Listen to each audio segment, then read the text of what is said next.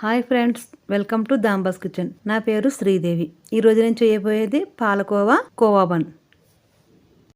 పాలకోవా కోవా బన్కు కావలసిన పదార్థాలు: ఫుల్ క్రీమ్ పాలు 2 లీటర్లు, చక్కెర 200 గ్రాములు, నెయ్యి 2 టీ స్పూన్లు, స్వీట్ బన్లు 4. తయారు చేయ విధానం: స్టవ్ వెలిగించుకుని అడుగు మందంగా బాండీ పెట్టుకోవాలి.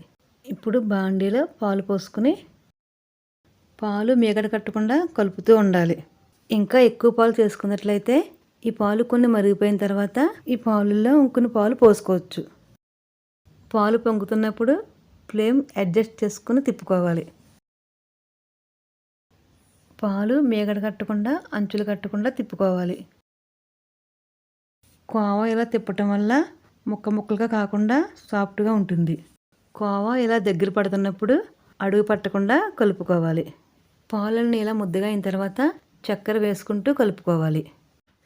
చక్కెర కరగటం వలన కోవా మళ్ళీ పలచబడుతుంది. ఇప్పుడు కొత్తమని నెయ్యి బయటికి వచ్చే వరకు తిప్పుకోవాలి.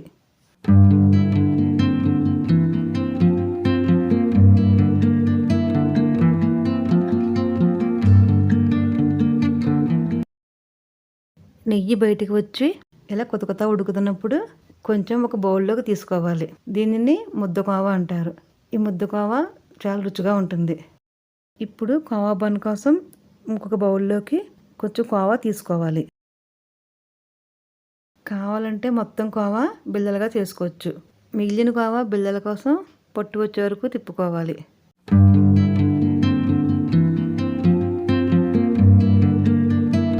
కోవా మొత్తం ముద్దగా అయ్యి బాండీని వదులుతున్నప్పుడు స్టవ్ ఆఫ్ చేసుకుని ఒక ప్లేట్లోకి కొద్దిగా వేసుకోవాలి. ఇది చల్లారిన తర్వాత మనకు పొట్టు వచ్చిందో లేదో చూసుకోవాలి. ఇలా చేతికి అంటుకోకుండా ఉండలాగా అయితే పొట్టు వచ్చినట్టు. ఇలా పొట్టు వచ్చిన తర్వాత ఒక ప్లేట్కి నెయ్యి రాసుకొని ఈ కోవా మొత్తం ప్లేట్లోకి తీసుకోవాలి. ఈ కోవా చల్లారిపోకుండా కొంచెం తీసుకుని ఇలా చెంబుతో మెత్తగా నలుపుకోవాలి.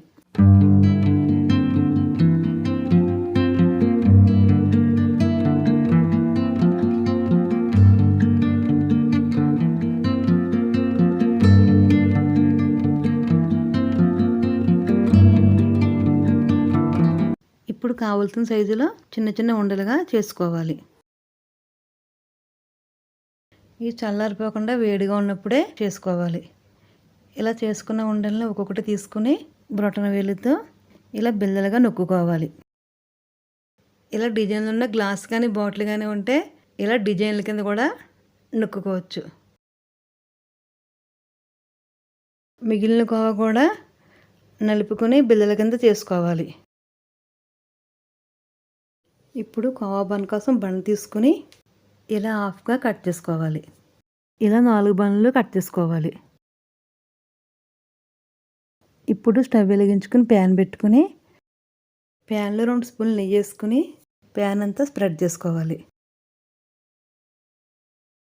కట్ చేసి ఉంచుకున్న బన్న ముక్కలను ఇలా కట్ చేసిన వైపుకి ఉంచి లైట్ బ్రౌన్ కలర్ వచ్చే వరకు వేయించుకోవాలి.